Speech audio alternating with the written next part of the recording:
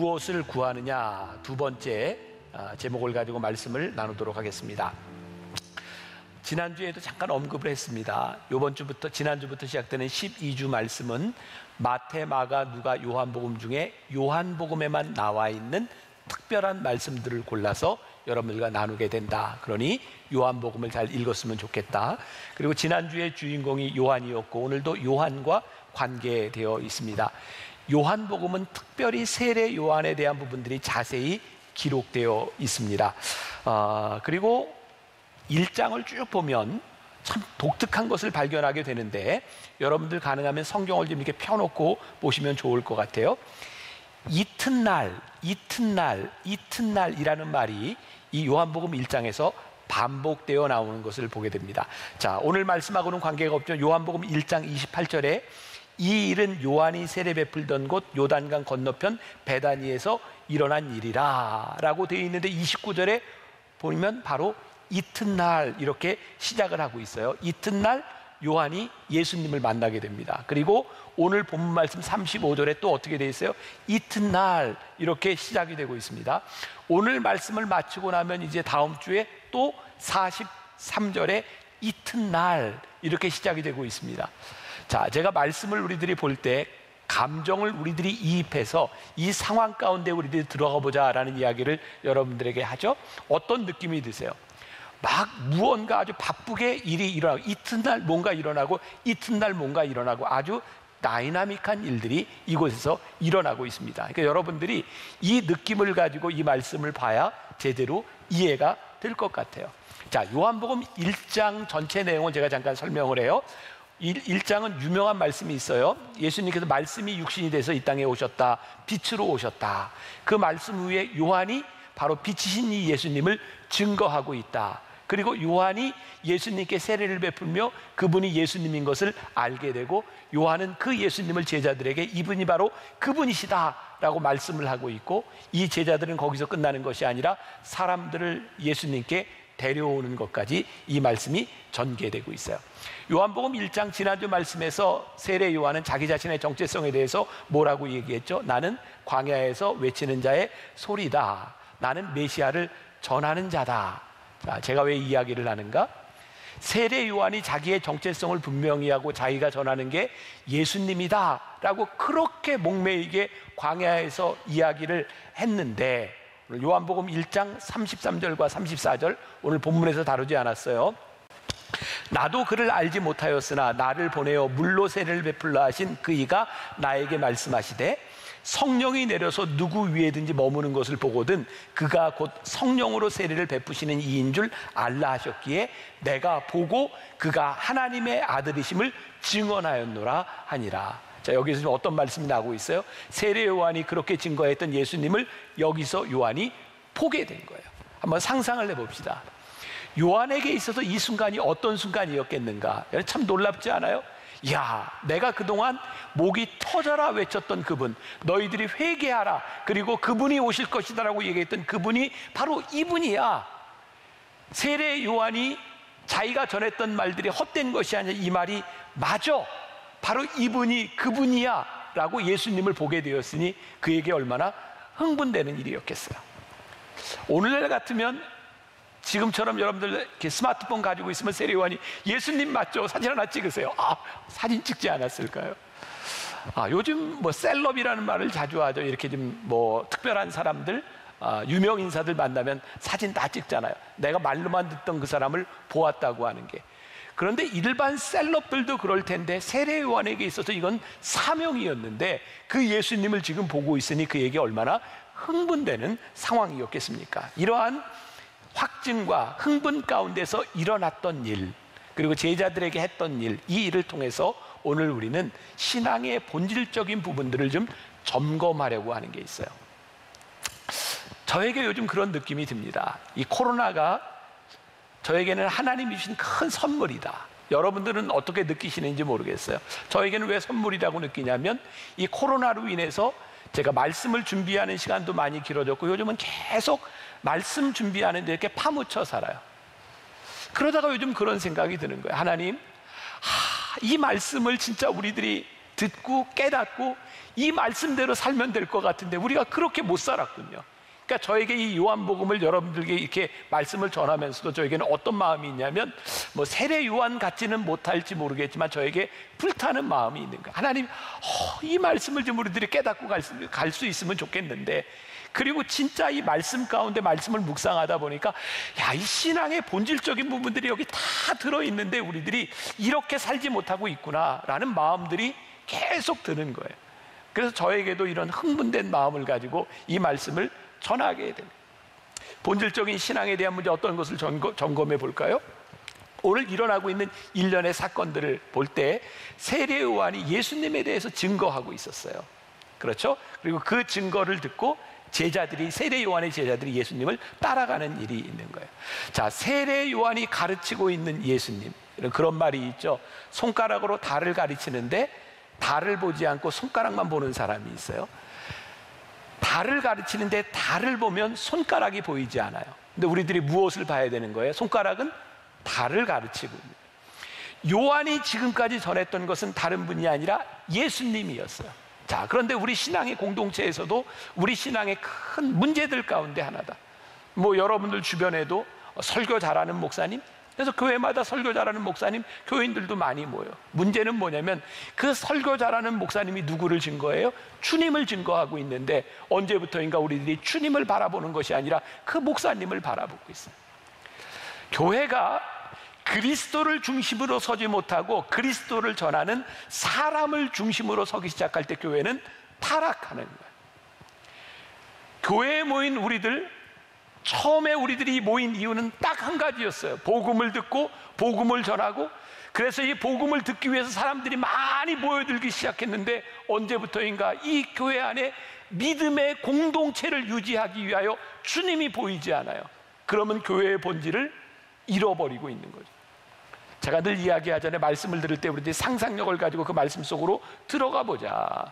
오늘 요한이 이 말씀을 전하고 있는 상황, 요한이 광야에서 약대 털옷을 입고 메뚜기와 석청을 먹으면서 사람들에게 회개하라고 이야기를 했을 때 그 말씀에 열광한 사람들이 요한의 주위에 모여들었어요. 야, 요한이 참 특별한 말씀을 전하고 있구나. 그리고 그 많은 사람들 가운데 요한의 제자들인 핵심 그룹도 존재하고 있었던 것 같아요. 자, 35절과 36절 보세요. 또 이튿날 요한이 자기 제자 중 두 사람과 함께 섰다가 예수께서 거니심을 보고 말하되 보라, 하나님의 어린 양이더라. 여기 요한의 제자들도 요한의 메시지가 신선하고 충격적이어서 지금 따라오고 있었을 텐데 그들은 요한이 전하는 메시아를, 예수님을 한 번도 본 적이 없었어요. 근데 요한이 드디어 내가 전하던 메시아가 바로 이분이다 라고 이야기를 하고 있는데 그 제자들의 반응이 37절에 나와 있는 거죠. 두 제자가 그의 말을 듣고 예수를 따르거늘. 이 상황을 우리들이 한번 보자는 거예요. 요한의 제자였는데 예수님을 따라가는 제자들은 어떤 마음이었을까? 그리고 우리가 이 성경 안으로 들어와서 내 제자였는데 저분이 바로 그분이다라고 이야기했을 때 그 말을 듣고 내 제자가 예수님을 따라가는 그 모습을 보고 있는 요한의 마음은 어떤 마음이었을까? 어떤 마음이었을까요? 아주 기뻤을까요? 이런 생각을 할 수 있겠죠. 그래, 내가 지금까지 이 제자들에게 가르쳤는데 제대로 가르쳤구나. 내가 저분이라고 이야기하니까 저들이 따라가는 걸 보니까 내가 제대로 가르쳤구나. 이렇게 생각할 수도 있겠지만 나를 지금까지 따르던 핵심 그룹이 바로 저분이다라고 이야기할 때 그분을 따라가는 그 제자들을 보는 요한의 마음 가운데 섭섭함은 없었을까? 이게 참 복잡한 상황이 여기에 펼쳐지고 있는 거죠. 섭섭함. 우리들이 사명자로 살아가다가 어느 날 이 사명의 자리를 이탈하게 되는 큰 이유 가운데 하나는 우리들에게 찾아오는 사명감인 것 같아요. 그러니까 이 섭섭함.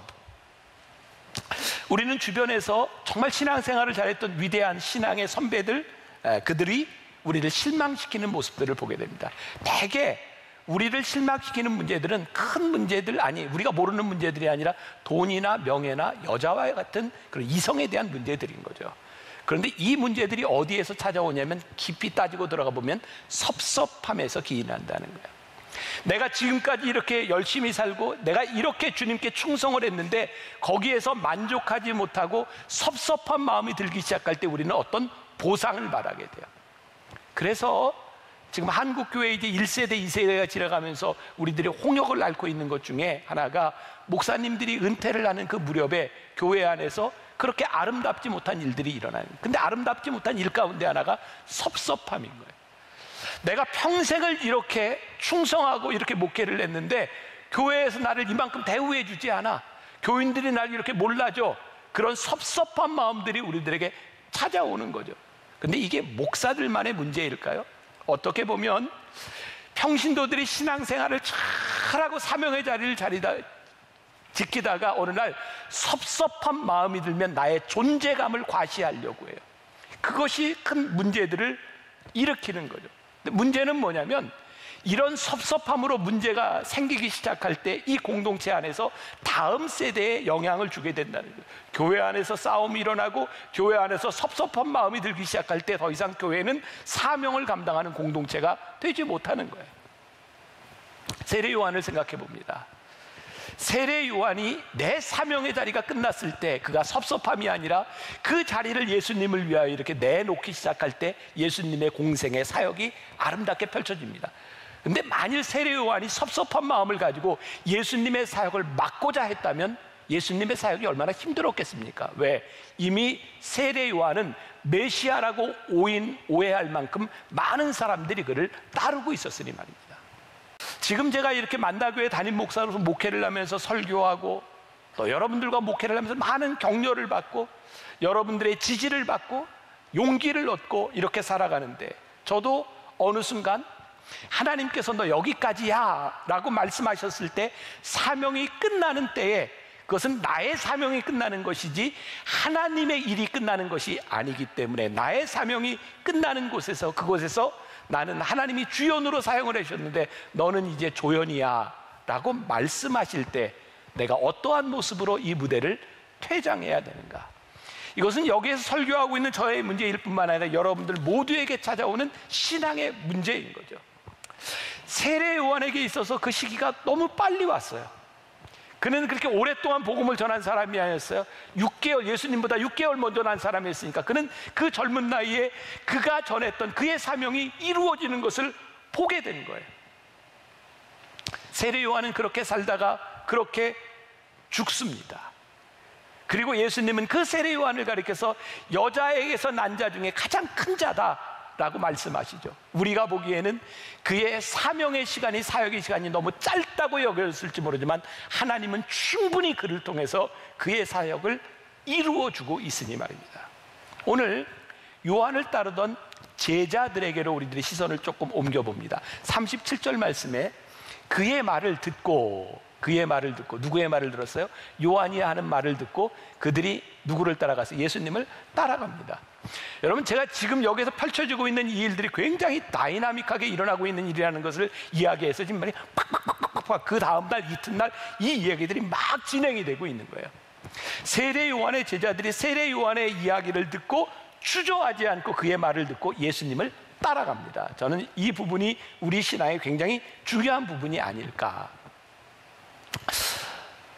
제가 지난해에 어거스틴의 고백록이라고 하는 책을 다시 한번 정독해서 읽게 되는 계기가 있었어요. 고백록은 어거스틴이 그의 삶에 하나님을 찾아가는 과정들을 그리고 있거든요.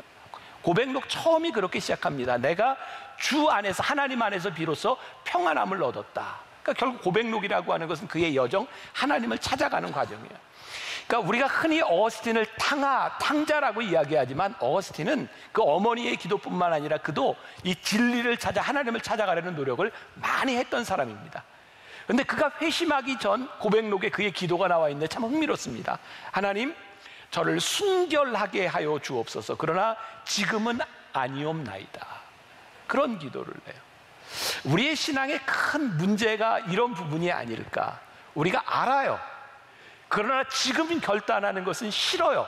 왜냐하면 지금 결단하면 내가 놓아야 될 게 너무 많은 것 같아요. 제가 종종 그런 이야기 하죠. 여러분, 여러분들 신앙에 기도해야 되는 것과 결단해야 되는 것을 좀 구분할 할 줄 알아야 됩니다. 옛날에 새벽 예배 드릴 때는 이렇게 새벽 예배실에 우리 교인들 이렇게 예배 마치고 기도하면 특별히 이렇게 막 큰 소리를 내거나 특별히 우는 사람이 있으면 또 관심이 가잖아요. 그래서 저는 새벽 예배 이렇게 앉아 있을 때 들어요. 무슨 기도하나 이렇게 들어봐요. 근데 어떤 때는 이렇게 기도하는 사람을 보면 야 정말 참 귀하다 이런 생각이 드는 게 아니라 그 기도 소리를 들으면 가서 한 대 때려주고 싶은 사람이 있어요. 아니 저 기도를 저렇게 맨날 똑같은 기도를 해? 어떤 기도를 하는 기도가 잘못됐다고 하는 것이 아니라 그 기도의 내용에 이건 기도하는 것보다 기도하고 결단함을 끝난 문제를 가지고 계속 기도만 하고 있어요. 참 답답하다. 글쎄요 이게 어떨까 모르겠어요. 하나님 저희 시어머니 사랑할 수 있는 마음을 주세요. 사랑할 수 있는 마음을 주세요. 우리 며느리 사랑하게 해주세요. 그럼 가서 제가 한 대 딱 때려주고 싶은 거예요. 그 기도하지 말고 그냥 사랑하세요. 잘하세요. 남자들 예수 믿고 처음에 그런 기도 많이 해요. 주님 담배 끊게 해주세요. 담배 끊게 해주세요. 그럼 한 대 가서 때려주고 싶어요. 그냥 끊으세요. 그걸 왜 자꾸 기도하고 있어요? 자, 이거 여러분 오해하지 마세요. 우리들이 그만큼 능력이 없기 때문에 하나님께 우리들이 기도하는 거죠. 그런데 진짜 중요한 건 우리들에게서 기도하는 것보다 더 중요한 우리들의 삶의 결단이 이루어져야 되는데 우리들이 민기적하고 있는 거예요. 오늘 이 말씀을 통해서 이 제자들이 그의 말을 듣고 예수님을 따라갔다고 하는 것이 저에게 도전이 되는 거예요. 하나님, 우리들이 신앙생활을 하면서 듣고 고민하고 기도하는 데 머무르는 사람이 아니라 말씀을 듣고 따라가는 자들이 되게 하여 주옵소서. 자, 이제 오늘 말씀의 주제예요. 결론입니다. 근데 결론이 좀 길어요. 쉽게 안 끝나요. 쉽게 안 끝납니다. 네. 자, 예수님께서 그들을 향해 물으시는 거예요. 무엇을 구하느냐? 예수님께서 예수님을 따르겠다고 찾아온 사람들에게 아주 직설적인 물음을 던지죠. 돌직구를 던지셨어요. 오늘 이 물음은 우리들에게도 동일합니다. 지난주 말씀 제목이 뭐였죠? 넌 누구냐? 오늘 말씀의 제목은 뭐예요? 무엇을 바라느냐? 무엇을 원하느냐? 무엇을 바라느냐? 반말해서 기분 나쁘세요? 네, 예수님이 오늘 우리들에게 물으시는 그 물음으로 들었으면 좋겠어요. 요한복음 1장 38절과 39절. 자, 같이 봉독합니다. 시작. 예수께서 돌이켜 그 따르는 것을 보시고 물어 이르시되 밑줄 치세요. 무엇을 구하느냐? 자, 이르되 랍비여 어디 계시오니이까? 여기에 또 밑줄을 그으세요. 어디 계시오니이까? 중요한 부분이에요. 또 39절 예수께서 이르시되 와서 보라. 여기에 밑줄을 그으세요. 그러므로 그들이 가서 계신 데를 보고 그날 함께 거하니. 여기에 밑줄을 그으세요. 때가 10시쯤 되었더라. 자, 오늘 말씀이 굉장히 흥미롭습니다. 예수님께서 예수님을 찾아온 사람들에게 묻습니다. 무엇을 구하느냐? 영어 성경 NIV 성경에 보니까 그게 아주 쉬운 말이에요. What do you want? 네가 원하는 게 뭐냐? 그리고 메시지 성경을 영어판으로 보니까 What are you after? 너희들이 나를 따라와서 뭘 하려고 그러느냐? 이렇게 물으시는 거예요. 우리 신앙에 적용을 해볼까요? 오늘 여기 있는 우리들 모두는 주의 말씀을 듣고 주의 말씀대로 따라가겠습니다 라고 여기에 모인 예배 공동체입니다. 여러분 말씀대로 살려고 여기 모이신 거죠? 그런데 오늘 우리가 원하는 건 뭘까요?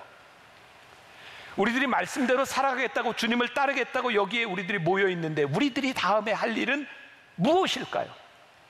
오늘 예수님께서 우리들에게 물으시는 거야. 너 뭘 원하고 이 자리에 와 있는 거야? 제가 지난주에 잠깐 소개했던 책이 있습니다. 켄 시게마치의 예수를 읽는 시간이라는 책인데 이 켄 시게마치는 지금 미국에서 목회하고 있는 일본계 목사님입니다.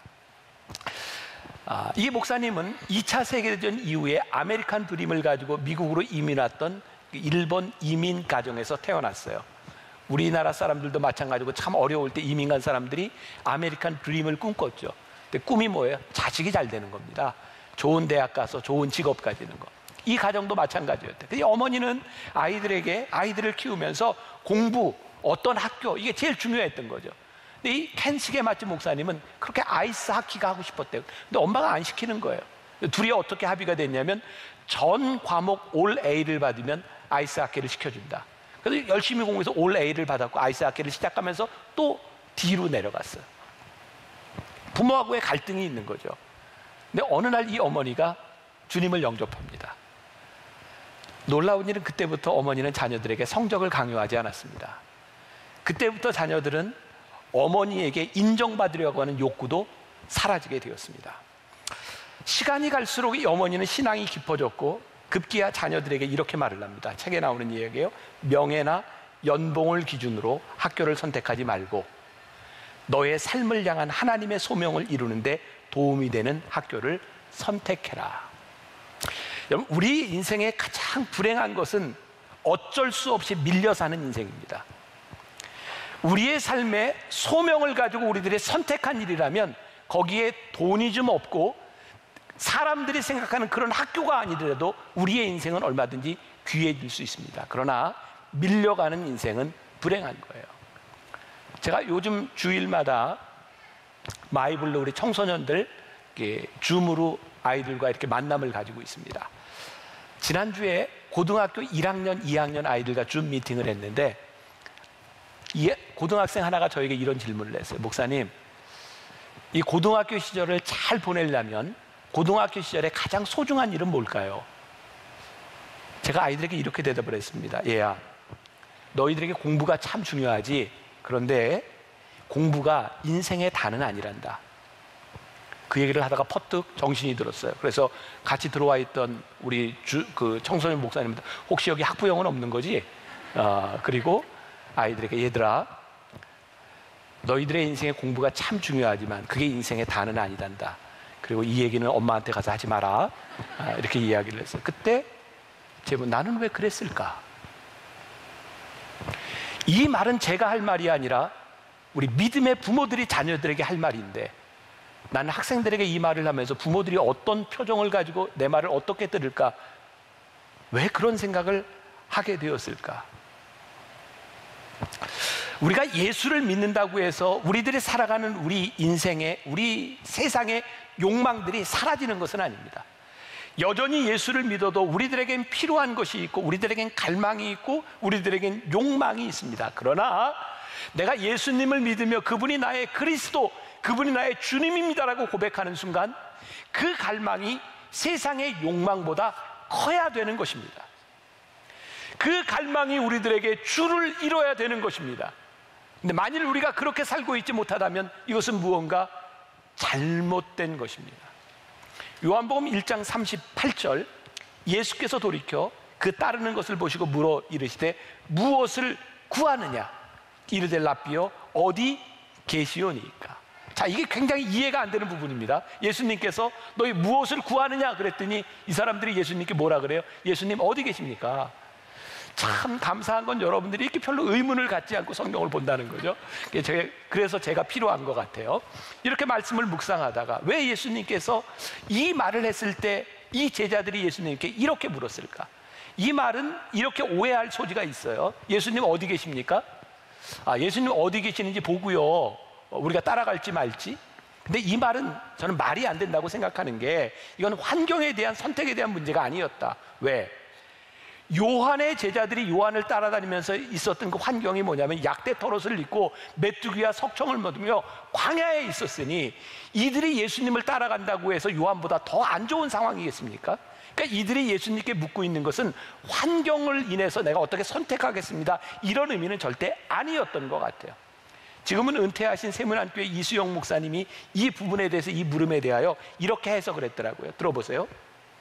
선생님, 저희들이 선생님께 나오며 구하는 바에 대하여 드릴 말씀, 여쭐 말씀, 듣고 싶은 말씀이 많습니다. 어차피 이제부터 선생님 곁을 떠나지 않고 따라다닐 것이니 두고두고 말씀을 나누도록 해주십시오. 선생님께서 어디에 머무시는지 말씀만 하십시오. 어디든 따라가겠습니다. 그러니까 이 제자들이 랍비여 어디 계시오니까? 라고 물었던 것은 어떤 선택을 하려고 하는 그런 물음이 아니라, 지금 예수님께서 너 무엇을 원하느냐라고 했는데, 주님 어디 계세요? 제가 거기 갑니다. 알려만 주세요. 제가 갑니다. 지금 그렇게 이야기하고 있는 거예요. 그리고 그 다음 절에 보니까 39절 보세요. 예수님께서 이르시되 와서 보라. 이 말을 듣고 주님 어디 계십니까? 랍비여 어디 계십니까? 또 어디든지 갈 준비가 되어 있습니다. 그랬더니 예수님께서 와서 봐라. 그러므로 그들이 가서 계신 데를 보고 그날 함께 거하니 때가 10시쯤 되었더라. 자, 메시지 성경으로 이 부분을 다시 읽어드려요. 예수께서 대답하셨다. 와서 직접 보아라. 그들은 가서 예수께서 지내시는 곳을 보았고 그날을 그분과 함께 지냈다. 늦은 오후에 일어난 일이었다. 말씀을 준비하면서 묵상하다가 저에게 깨닫게 된 거예요. 예수님을 믿는다고 하는 것은 이런 것이구나. 예수님의 부르심에 대하여 주님과 함께 지내는 것이구나. 예수님과 함께 지내다 보면 내가 깨닫는 게 있고, 예수님의 말씀을 듣고 행하는 것이 있고, 예수님의 말씀을 듣고 확신하는 것이 있구나. 이 두 제자가 예수님과 함께 했다고 하는 것이 제자로서의 삶을 보여주고 있는 거죠. 이들은 쉬운 것을 쫓아간 사람이 아니었어요. 마태복음 8장 20절에 보면 예수님께서 이렇게 말씀하세요. 여우도 굴이 있고 공중의 새도 거처가 있으되 인자는 머리 둘 곳이 없다. 이들이 예수님과 거했던 것은 머리 둘 곳도 없는 상황이었어요. 그런데 한 가지 분명한 것은 이들이 예수님과 함께 거하면서 첫 번째 그들의 마음속에 변화가 일어났던 것이 뭐냐면 그가 예수님을 만난 것을 전하고 싶었던 거예요. 자, 요한복음 1장 40절부터 43절. 자, 성경을 보세요. 요한의 말을 듣고 예수를 따르는 두 사람 중에 하나는 시몬 베드로의 형제 안드레라. 자, 지금 이제 예수님을 따라간 사람 얘기하는 거죠. 그가 먼저 자기 형제 시몬을 찾아 말하되 우리가 메시아를 만났다 하고, 메시아는 번역하면 그리스도라. 데리고 예수께로 오니 예수께서 보시고 이르시되 내가 요한의 아들 시몬이니 장차 게바라 하리라 하시니라. 이게 마태, 마가, 누가복음과는 조금 다른 부분입니다. 모르겠어요. 어떤 시차적인 차이가 있는지 모르지만 우리가 깨닫게 되는 게 예수님의 제자 중에 첫 번째 제자가 누구의 제자였어요? 요한의 제자였습니다. 그 사람이 누굽니까? 안드레입니다. 그리고 안드레가 누구를 데려왔어요? 베드로를 데려왔습니다. 베드로를 데려온 상황이 어쩌면 그 고기를 잡던 그 자리였는지 시차적으로 정확히 설명을 하고 있지 않지만, 안드레가 베드로의 형제라는 것, 그가 요한의 제자였다는 것, 그가 예수님의 첫 번째 제자였다는 것, 그리고 그의 형제 시몬 베드로를 데려올 수 있었던 이유 가운데 하나는 우리가 메시아를 만났다라고 하는 확신 가운데 그의 형제를 데리고 왔다는 거예요. 요한복음 1장을 묵상하면서 제가 느꼈던 것을 여러분들도 느껴보았으면 좋겠어요. 1장을 한번 집에 가서 꼭 묵상해 보세요. 야, 이게 무지무지하게 다이나믹한 일들이 일어나고 있구나. 메시아를 만난 사람들의 가슴 벅찬 이야기들이 일어나고 있구나. 모든 사람들이 세상 가치를 가지고 살아갈 때 그것과 다른 가치를 힘차게 살아가는 사람의 이야기, 광야에서도 살 수 있었던 이들은 결국 십자가를 지는 자리에까지도 갈 수 있는 그런 인생을 살아간 사람들의 이야기가 여기에 들어있구나.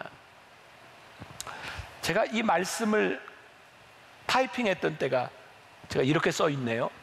이 말씀을 준비하고 있던 때 한국은 우한폐렴으로 인해 전염병에 대한 공포에 쌓여 있었습니다. 딱 1년 전입니다. 우리나라에 어떤 일이 있었냐면 그 당시에는 코로나19라고 하는 말보다 우한폐렴이라고 하는 말을 많이 쓸 때였습니다. 중국에 있었던 우리 교포들 700명을 비행기로 이렇게 데려오게 되죠. 이 사람들을 어디에 수용할까? 모든 사람들이 우리 지역은 안 된다고 합니다. 심지어 김포공항에 내려서 버스가 지나가는 것조차 사람들이 싫어했습니다. 그리고 이때가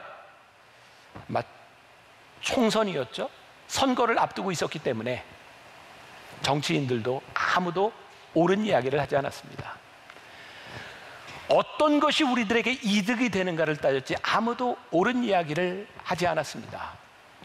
다행스러운 것은 그 일이 지나고 얼마 후에 그 진천에 있는 사람들이 플래카드를 들고 우리 환영합니다 라고 받아들였지만, 그때 아무도 옳은 이야기를 하지 않는 그 상황 가운데서 우리 크리스찬들도 마찬가지였습니다. 하나님께서 저에게 주시는 도전이었어요. 너희들이 그렇게 사니, 너희들이 말씀대로 살아갈 용기가 없으니, 너희들이 세상과 똑같은 가치를 가지고 살아가고 있으니 이 세상은 변하지도 않고 크리스찬들은 이 땅 위에 어떤 영향력과 능력도 없이 살아간다. 절대로 자기가 손해볼 수 없다고 생각하는 사람들의 이기주의와 이 전반적인 자기중심적인 생각들이 교회 안에도 똑같이 들어와 있는 거예요. 하나님께서 저에게 불타는 마음을 주신 거예요. 하나님, 하나님을 믿는 우리들이 예수님을 주라 고백하는 우리들에게서부터 주님을 따르는 삶이 무엇인지를 보여주게 하여 주옵소서. 제자들이 랍비여 어디 계십니까? 라고 말을 했을 때 그 말은 우리가 예수님을 어떻게 따를지 말지 생각해 보고요가 아니라 예수님이 계시는 곳에 우리들이 있겠습니다, 예수님의 발걸음이 머무는 곳에 우리들이 있겠습니다 라고 하는 믿음의 고백을 했다면 우리도 그런 고백을 할 수 있어야 되지 않겠습니까? 주님 계시는 곳이면 우리가 갑니다. 저에게 그런 거룩한 열망, 거룩한 불만족, 주님, 우리가 잘못 살았습니다. 우리가 주님 계시는 곳에 가지 않으려고 뺀질뺀질하면서 우리는 그냥 예배를 드리는, 그냥 교회를 다니는 사람이었던 것 같습니다. 예수님의 말씀과 예수님의 생각과 예수님의 모든 것들이 우리 안에 들어와야 되지 않겠습니까? 제자들은 어디로 가야 할지 고민하는 사람들이 제자가 아닙니다. 그들은 주님이 가시는 길을 따라가면 되는 사람들입니다. 요한복음이 오늘 우리들에게, 그리고 앞으로 12주 동안 이런 도전을 주었으면 좋겠습니다. 무엇을 구하느냐? 우리가 구하는 것은 별로 중요하지 않습니다. 주님이 계시는 곳이라면 그것에 갈 수 있는 사람들이 그리스도인이고 주님의 마음이 보여지면 우리는 그 길을 갈 수 있겠죠. 그래서 저는 요즘 다시 한번 그런 마음이 제 속에 들어서 세상을 뒤바꿔 놓는, 세상을 거스르는 그런 그리스도인, 그런 역사가 이 코로나로 인해서 우리들에게서 다시 시작될 수 있다. 여러분들이 있는 여러분들의 공동체, 여러분들의 가정과 이 땅과 이 나라와 이 민족을 뒤엎어 놓을 수 있는 거룩한 일들이 오늘 주님을 따르는 제자들에게서부터 일어나기를 주님의 이름으로 간절히 축원합니다.